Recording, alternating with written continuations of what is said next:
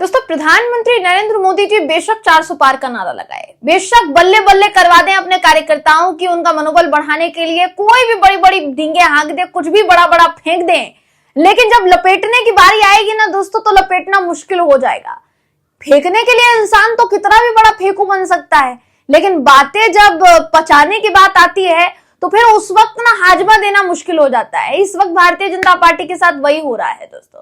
हो ये रहा है कि भाजपा बेशक ये कह रही हो कि बीजेपी 400 पार जीतेगी, बीजेपी 400 पार जीतेगी, लेकिन एक बात बताइए, आप अगर भारतीय जनता पार्टी के अंदर खाने कांग्रेस के नेताओं की लगातार भर्ती करते चले जा रहे हैं और एक के बाद एक उनको टिकट पकड़ाते जा रहे हैं, तो यह आपकी जीत है या कांग्रेस के नेताओं की?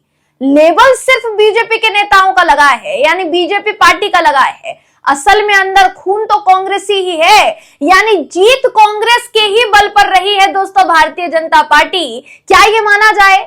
सवाल का जवाब इस खबर में आपको दूंगी, आखिर तक इस वीडियो को जरूर।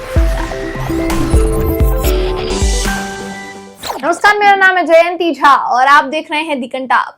दोस्तों, भारतीय जनता पार्टी के अंदर खाने जो चल रहा है ना, बेहद हास्यास्पद है। आप देखेंगे तो आपको हंसी भी आएगी, एक तरफ हैरानी भी होगी, चौंक भी जाएंगे आप।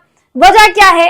वजह है भारतीय जनता पार्टी के ऐसे कैंडिडेट्स को टिकट देना जो कैंडिडेट्स कांग्रेस से उठकर भाजपा में आए हैं। यानी कांग्रेस ने जिनको बाहर का रास्ता दिखाया, पहले तक वो कांग्रेस में ही थे, फिर बाहर का रास्ता दिखाया गया उनको, या फिर वो खुद चले आए, ऐसे नेता जा रहे हैं भारतीय जनता पार्टी में। और संयोग की बात देखिए कि भाजपा उनको टिकट दे रही है। यहाँ टिकट दे दिया जा रहा है बिना देर के। आपकी स्क्रीन पर इस वक्त मैं आपको न्यूज 24 का ट्वीट दिखा रही हूं। लिखा है, हरियाणा बीजेपी ने लोकसभा सीटों पर अपने कैंडिडेट्स का किया ऐलान।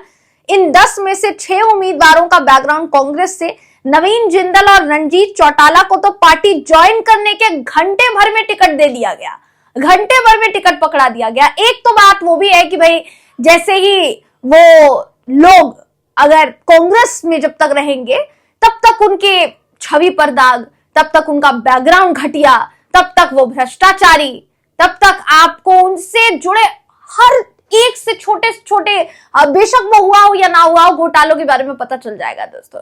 जब कांग्रेस उन घोटालों की वजह से उन पर एक्शन लेना शुरू करती है तो वो लोग चले जाते हैं किसमें? भाजपा में। जब भाजपा में जाते हैं तो वॉशिंग मशीन से निकलकर धुल जाते हैं और ऐसा धुलते हैं कि मतलब रिन, एरियल और न जाने कितनी बड़ी बड़ी साबुन की कंपनियां फेल हो जाती है दोस्तों इस वॉशिंग मशीन पाउडर और इस वॉशिंग मशीन के आगे। सैमसंग वगैरह सारी कंपनियां फेल है।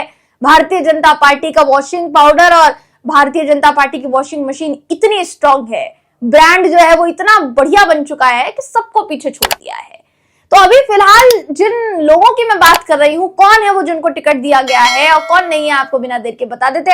आपकी स्क्रीन पर इस वक्त मैं आपको दैनिक भास्कर की खबर दिखा रही हूं दोस्तों। क्या कहती है खबर, जरा गौर से सुनिएगा, क्योंकि अगर आप हंसने के लिए तैयार हैं, अगर आप मुस्कुराने के लिए तैयार हैं, तो इस खबर को आपको गौर से सुनना पड़ेगा, देखना पड़ेगा, सुनना पड़ेगा दोस्तों। हमारे देश के प्रधानमंत्री जी बेशक ही कितने डींगे क्यों ना हाँक ले, जवाहरलाल नेहरू से लेकर इंदिरा गांधी जी से लेकर राजीव गांधी जी से लेकर कांग्रेस के हर पुराने नेता को कितना ही क्यों ना कोस ले, लेकिन 400 पार का नारा तभी लगा पाते हैं जब कांग्रेस से भारतीय जनता पार्टी में नेताओं को लिया जाता है। क्या ये सच है? अगर ये सच नहीं है तो फिर ये खबर क्या कह रही है? चौंकाने वाली है। आपकी स्क्रीन पर वो खबर है दोस्तों जो कहती है कि हरियाणा में भारतीय जनता पार्टी ने सभी 10 लोकसभा सीटों पर अपने कैंडिडेट्स का ऐलान कर दिया है। इन 10 में से 6 उम्मीदवारों का बैकग्राउंड कांग्रेस से है। इनमें से नवीन जिंदल और रणजीत चौटाला को तो पार्टी ज्वाइन करने के घंटे भर में टिकट दे दिया जाता है। सिरसा सीट से प्रत्याशी बनाए गए अशोक तंवर को भी भाजपा का दामन थामे बमुश्किल 2 महीने हुए। भाजपा ने कांग्रेस बैकग्राउंड वाले जिन 6 नेताओं पर भरोसा जताया है, उनमें सबसे चौंकाने वाला नाम नवीन जिंदल का है। क्यों? वजह है इसकी, क्योंकि नवीन जिंदल का जो बैकग्राउंड है चर्चित रहा, चर्चित कुछ वजहों से रहा और वो वजह विवादित रही दोस्तों।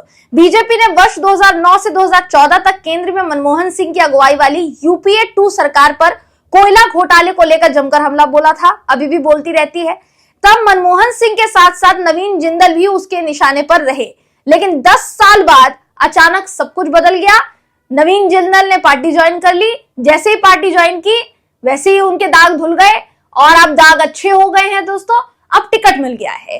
खबर कहती है कि हरियाणा में भाजपा के टिकट वितरण का एनालिसिस किया जाए तो पार्टी की स्ट्रैटेजी साफ हो जाती है।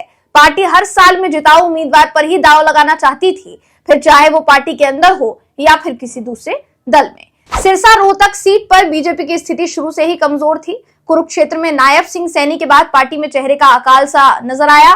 बागड़ बेल्ट में आने वाली हिसार सीट पर बृजेंद्र सिंह के बाद पार्टी को ऐसा जाट चेहरा चाहिए था जिसकी स्वीकार्यता हो। रणजीत चौटाला इस खाके में फिट बैठ गए और रणजीत चौटाला को टिकट दे दिया गया दोस्तों। 2019 में टिकट ना मिलने पर उन्होंने कांग्रेस छोड़ी थी और इसके बाद अब तो भाजपा में है तो टिकट मिल गया है।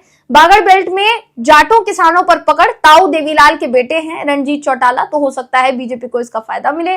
दूसरी तरफ बात की जाए नवीन जिंदल की, परिवार 33 साल से कांग्रेस के साथ है दोस्तों। नवीन जिंदल के पिता ओपी जिंदल हिसार से 3 बार कांग्रेस के विधायक रहे, हरियाणा सरकार में मंत्री भी बने। नवीन जिंदल की मां सावित्री जिंदल भी कांग्रेस की एमएलए बनी, 2014 तक हुड्डा सरकार में मंत्री भी रही। खुद नवीन जिंदल 2004 से 2009 में कुरुक्षेत्र से कांग्रेस के एमपी रहे। 2014 में बीजेपी के राजकुमार सैनी से वो हार गए थे। अब उनको टिकट मिल चुका है तो अब वो भाजपाई हो गए हैं दोस्तों। कुरुक्षेत्र के लिए जाना पहचाना चेहरा है, अपना जनाधार रखते हैं ऐसा कहा जाता है, जिसका न सिर्फ खुद को जनाधार हो, पूरे संसदीय क्षेत्र के लिए जाना पहचाना नाम हो, ऐसा बीजेपी ढूंढ रही थी, अब इनको मिल गया। लेकिन देखिए दोस्तों, सिर्फ कैंडिडेट पर डिपेंड नहीं करता है। अगर आप इस बात पर गौर फरमाइए, बिल्कुल नवीन जिंदल का जो आपको फॉर्मेट नजर आ रहा है यही फॉर्मेट था ज्योतिरादित्य सिंधिया का, और अभी इस वक्त ज्योतिरादित्य सिंधिया को भी टिकट दिया गया है लोकसभा से लड़ने के लिए। अब ऐसे में सवाल ये उठ रहा है कि जिनके दादा परदादा या जिनकी फैमिली बैकग्राउंड कांग्रेस से रही और जिनको जनता ने कांग्रेस के नेता के तौर पर मजबूत किया, जनता के नेता कांग्रेस के नेता के तौर पर उनको एक्सेप्ट किया, अगर वो भारतीय जनता पार्टी के साथ जाते हैं, उनको टिकट मिलता है, तो क्या जनता उनको एक्सेप्ट करेगी? सवाल ये भी उठता है देखिए कि सिर्फ इसी बात पर सवाल नहीं होता कि वो कैंडिडेट वहां पर मजबूत है, उस क्षेत्र की जनता के अंदर जनाधार है। भारतीय जनता पार्टी या कांग्रेस, ये 2 टैग भी इस वक्त बहुत ज्यादा मायने रखते हैं और हर पार्टी के लिए मायने रख रहे हैं। तो नवीन जिंदल को टिकट तो दे दिया गया है, लेकिन क्या वो उम्मीदों पर खरे उतर पाएंगे, इस पर फिलहाल निगाहें टिकी हुई है, क्योंकि भाजपा भी कहीं ना कहीं अपने कहे से पलट गए। हालांकि पहली दफा नहीं है दोस्तों जब भाजपा अपने कहे से पलटी है। 10 साल पहले तक 10 साल तक कोसती रही नवीन जिंदल को, अब उनके साथ है। बिहार में भी हालांकि यही हुआ, नीतीश कुमार के लिए दरवाजे बंद हो गए थे अमित शाह जी के मुताबिक, लेकिन बाद में खुल जाते हैं और ऐसा दरवाजा खुला कि बाकायदा उनको दोबारा उसी गठबंधन से मुख्यमंत्री तक बना दिया और अब किसी तरीके की कोई परेशानी नहीं है। प्रधानमंत्री नरेंद्र मोदी जी सभाओं में नीतीश कुमार की सीधे तौर पर आलोचना किया करते थे और अब पैरवी किया करते हैं, उनको फोटो फ्रेम में लाना चाहते हैं, उनको माला पहनवाना चाहते हैं। तो ये भारतीय जनता पार्टी का जो रवैया रहा है दोस्तों, पल में तोला पल में माशा, ये तो जग जाहिर है, ये पहली दफा नहीं हो रहा है। लेकिन जिन कैंडिडेट्स को लिया जा रहा है दोस्तों, उन कैंडिडेट्स के क्षेत्र पर और क्षेत्र की जनता पर डिपेंड करता है कि वो